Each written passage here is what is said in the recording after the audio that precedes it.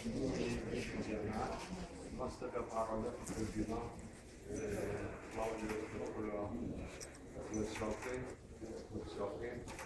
Pagalba čia atsirado pirmą kartą tokia nuostabi paroda. Aišku, apgailestauti, kad ta paroda yra jau kai Petulio nėra mūsų užkarta Klaudijos. Aišku, nors mes, televizijos žmonės puikiai nepažįstam, kurie rengia kultūros laidas, kurie rengia dailės laidas, puikiai žino šitą menininką ir visada stengdavomės jį parodyti kuo dažniau. Televizija, kuo didesnį žiūrovų ratą supažindinti su jo kūryba.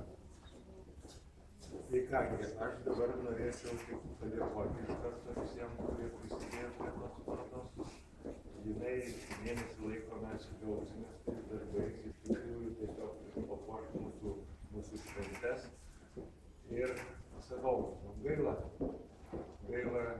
autoriaus nėra šalia mūsų.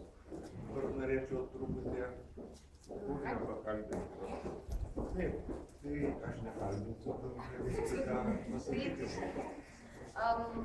Iš tiesų, tai man čia ta garbė stovėti prieš jūs ir sakyti kažkokius žodžius apie Klaudą suteikti, įtariu, kad vien dėl to, kad mes buvome draugai ir tuo aš labai didžiuojasi. Ir man ir mano šeimai be galo trūksta jo visą šį laiką. Ir iš tiesų turėjau dar vieną didelę garbę parengti tekstą Klaudo darbų katalogui, ir tuo irgi labai džiaugiuosi.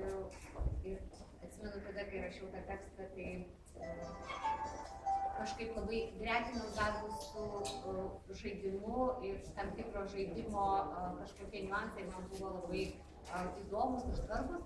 Ir aš galvoju, kad po žaidimo jūs rasite čia kiekvienas patys sau.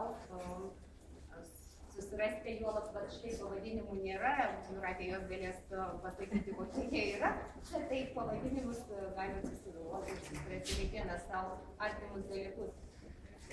Ir nepaprastai džiaugiuosi, kad televizijos erdvė, aš tai tokia pasirodė dėkinga Klaudo darbams ir kad ir televizijos žmonės, šeimininkai ir tie svečiai, kurie čia ateina, jų tikrai būna daug, kad jie pamatys ir atras sau Klaudijų darbą.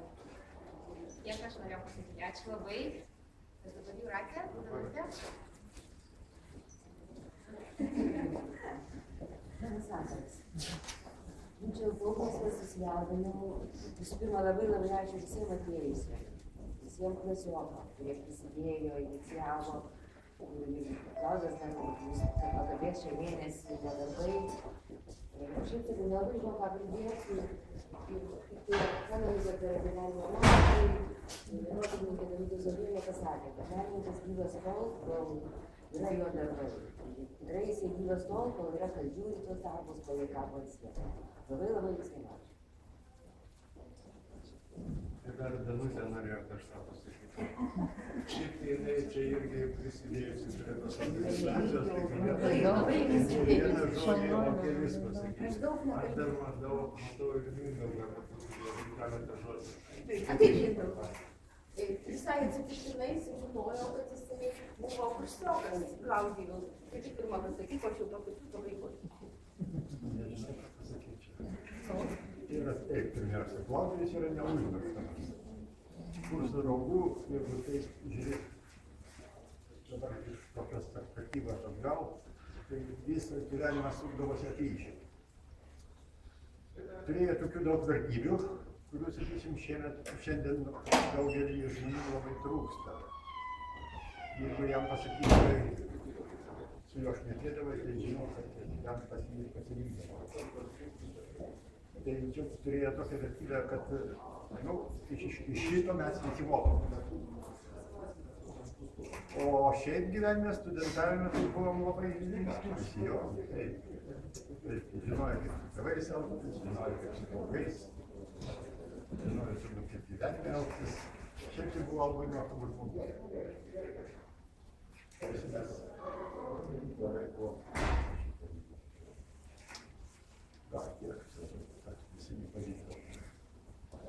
kadangi čia yra mano mūsų klasiokų ir Klaudijus buvo tikrai, va, kaip kurse siela, ir mes jį labai mylėjom klasiai, ir mums irgi buvo labai didelė tas Veimena jo išėjimas, ir pirmadienį jo kaip tik gimtadienis buvo, ir jis jau buvo prie jo, ir tik tai Klaudijus visą laiką toksai būdavo linksmas ir visą laiką rasdavo, pašiepdavo, rasdavo visą laiką kažkokį tai juokingą posakį. Ir dabar galvoju, sėdi gal jis ten ant debesėlio, žiūri į mus ir juokiasi. Nu, žinoma, jiem čia problemos, pabėgėliai, madalovas, blogas oras, tas ir tas, o gyvenime viskas praeina, visi mes gyvenam ir manau, kad jeigu aš pakviesiu taurį vyno, tai Klaudijus bus patenkintas. Ne, todėl pasižiūrėkit darbus ir kviečiu taurį vyno. Ačiū. Sakydavo taip, reiškia, kaip kursas spalio 1 prasidėdavo, reiškia, susirinkdavom pas jį. Ir staiga atidaro duris. Reiškia, sako, slėpkim viską po stalu, pamatysit, kas bus. Mes viską susirko po stalu, ateina Markūnas su tėvuku. Tai ką, iš taip sako, kukliai traukia vienas kitą, išeina, matot, sako. Tai kviečiu čia į salę, gražiau jau kaip priėmė.